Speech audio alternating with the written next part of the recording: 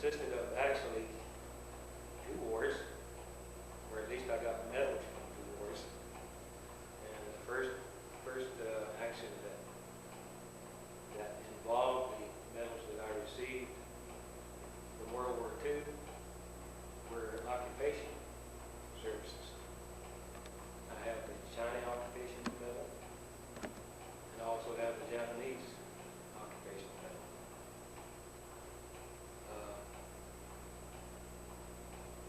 Actually, what we were doing was supporting the progress of reestablishing the organization and government to the war-torn countries that had participated in World War II. I actually went into the service in 1946, and I actually separated from the service in September 1950. And the other action that I became involved in was the Korean War. Actually, I was to be discharged from my tour of duty in September of 1950. And in August of 1950, I was informed that I was extended for a one-year period because of the Korean situation, the Korean War. So they were extending me 1 year at that time. After that notification that I was to be extended for a year, I was stationed aboard the USS Salisbury Sound, AB-13, which is a seaplane tender, and I had been on that ship about 3.5 years at that time. So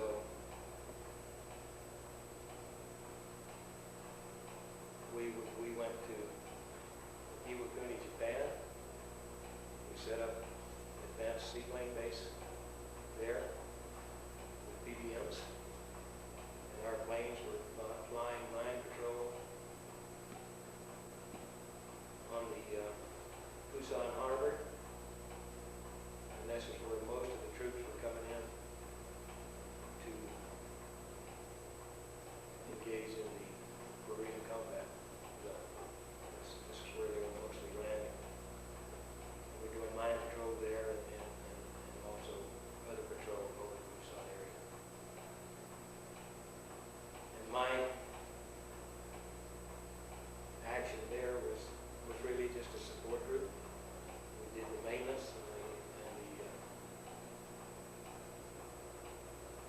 the upkeep of the seaplanes. But mostly I was stationed right there in Iwakuni, Japan, with the seaplanes. So I did occasionally have to take a flight and would patrol for 12 to 15 hours on a hop to get some flight that I had to get. So that was the course of my action in the two wars. Where were you stationed and how long? Well, during the time that I was in the service, aboard the USS Salisbury Sound, that was where most of my overseas action was. And we would rotate out of Okinawa, mostly in Tsingtao, China first, in my first years of service. And we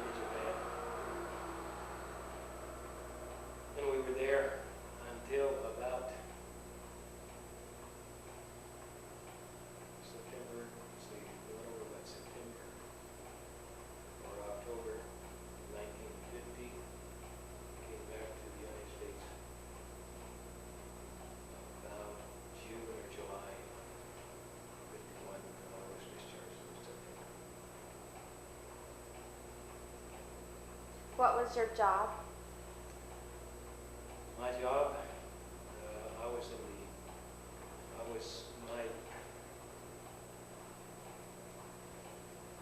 my rating was an aviation bosun make second class, and I was in the gasoline division of the Victor division, and I ran a gas pump, and I flew up the planes. When the planes were operating, I was doing the fueling. This gas boat that I ran, it carried the 3,000 gallons of aviation gasoline and 120 gallons of aviation lube oil. And I had a crew of 3 besides myself on board. Most of the time, when we were operating, the boat was loaded, and I was running with aviation gasoline that was too heavy to tie up to the ship because the sea was really rough most of the time. We were anchored out most of the time. So we would stay in on the beach. We'd tie up to the dock and operate from the dock. In most of the areas that we were operating in, there was some facility there that we would usually have our meals with the Army, maybe. Or it might be a Navy facility that had a mess hall there on the beach. But we would sleep on that boat. We had a cabin on the boat that had 4 bunks in it. And the crew would sleep on the boat. And then when the planes would come in, we would go out and fuel, go back to the beach, go to the ship and fill up with fuel oil again, and gasoline, go back to the dock. And that's the way we operated when we had a base setup. Before we had the base setup, my job was to work with the setup crew. We would go out and establish the buoys, and we'd also set up the landing strip, which was lighted buoys. And when the planes were operating, there would always have to be a support boat out there keeping those landing lights pulled into the wind, so that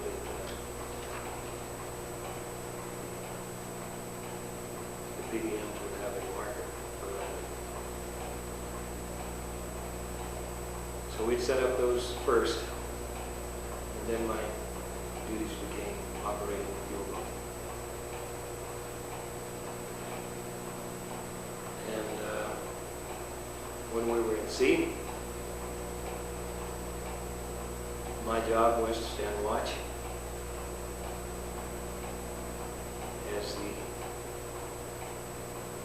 bosun mate of the watch. In other words, we did all of the calling to duty of everybody, kind of ran the planet of the day. Chow time, bedtime, lights out, what have you. And we did that over the PA system. Kind of worked with the master's arms, mostly. That was most of my duties at sea. And then, of course, we had our area to take care of, being the second class. Petty officer, I was in charge of a lot of cleaning details and things like that. But I also had my watches during the day. When we were in port, sometimes when we were in port, it wasn't in a seaplane operation. It seemed that I always was assigned to the MPs, or the short patrol units. And all ships, whenever they're in port in place, have to furnish so many men for short patrol. And I always managed to get short patrol.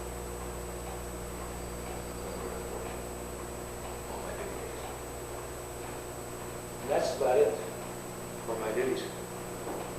What was your first thought when you found out you were going to war, and were you drafted or enlisted? I enlisted for a 4-year term, and as I stated it was extended for a year. I guess you could call that drafted. They said you will stay another year, so. I wound up probably doing about 4 years, 10 months, and 11 days or something like that, if I remember right. I didn't remember the exact days, but as I get older, I tend to lose that memory. But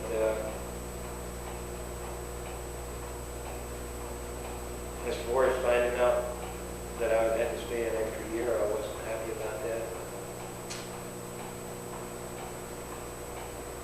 I really wasn't in any real tough combat zones at any time in my life or my time in the service. And I guess I didn't really worry about it at all because I thought that I'd probably be doing the same job that I've been doing for the past 3 or 4 years.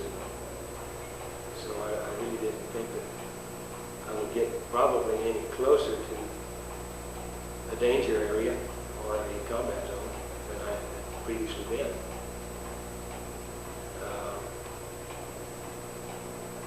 I had been in some areas that they determined that they called danger zones, or they thought they were danger zones anyway.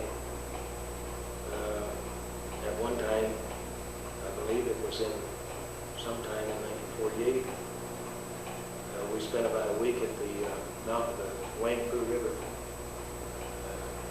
that runs down through Shanghai. And our ship was used as a platform for negotiations for the people that were being more or less, or they were trying to get out of the country, out of Shanghai anyway.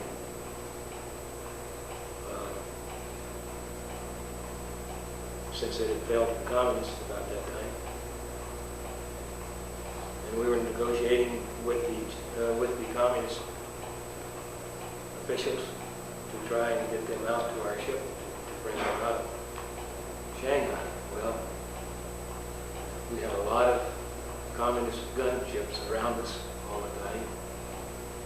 A lot of officials coming and going, meeting aboard ship. Consequently, we maintained combat readiness all the time that they were around our ship for that whole week. And most of the time we spent at our duty stations, combat stations, 4 hours on, 4 hours off for that whole week.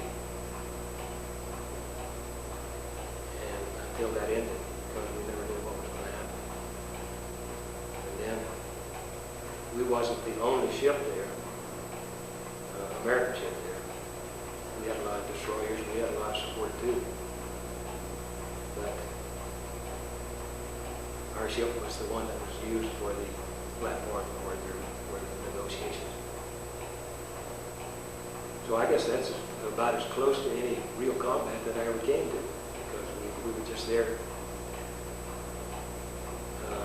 ready to face any situation. So it could have turned into a combat zone, I guess, but it didn't.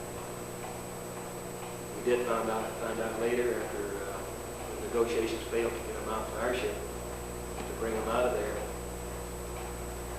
that while all the negotiations were going on, they managed to get the people that were in danger or that they needed to get out of Shanghai overland somewhere into Hong Kong. So actually we didn't, the negotiations were unsuccessful to bring them down to our ship. What was life like for a sailor during the war? Well, I'm sure it was better than for the soldiers in combat situation. We had a bunk to sleep in at night with clean sheets, and that's a plus, I'm sure. I know their life wasn't as easy as ours was. So actually, I was very fortunate to be in the Navy, I think. I didn't mind the water, so it was all right with me. I didn't have a problem with seasickness, like some do. I will say this, though.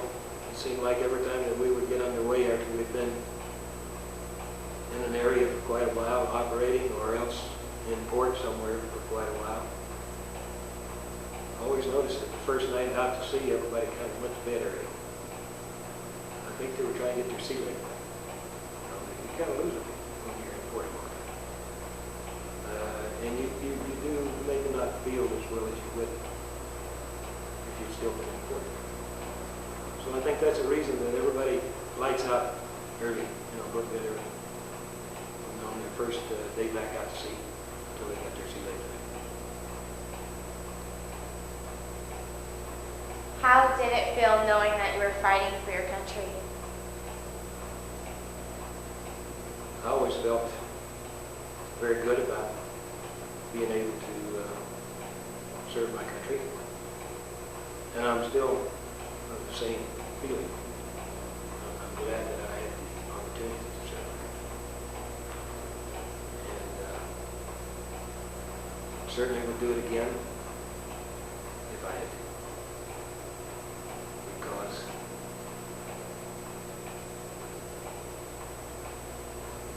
I guess I really enjoyed all the change and the chance I had for seeing the world, I guess. I enjoyed the sea duty. Had lots of chances to go to shore duty, but just didn't want to be pinned down. So. How did life change for you once the war had ended? I never had any problem. I was always fortunate enough to work most all the time somewhere.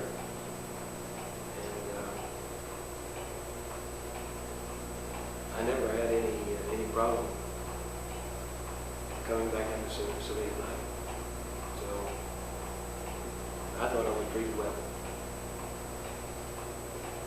How were you treated when you returned from the war? As I stated before, I think I was treated well when I came home and was released from the service.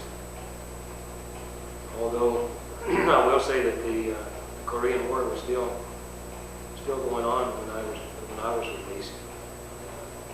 As I stated, I was released in September 1951.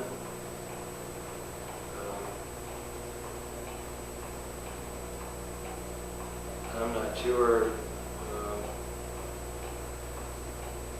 As far as I know, the Korean situation is still about half ongoing. They still maintain the border patrol and that up there and over in that country. I don't know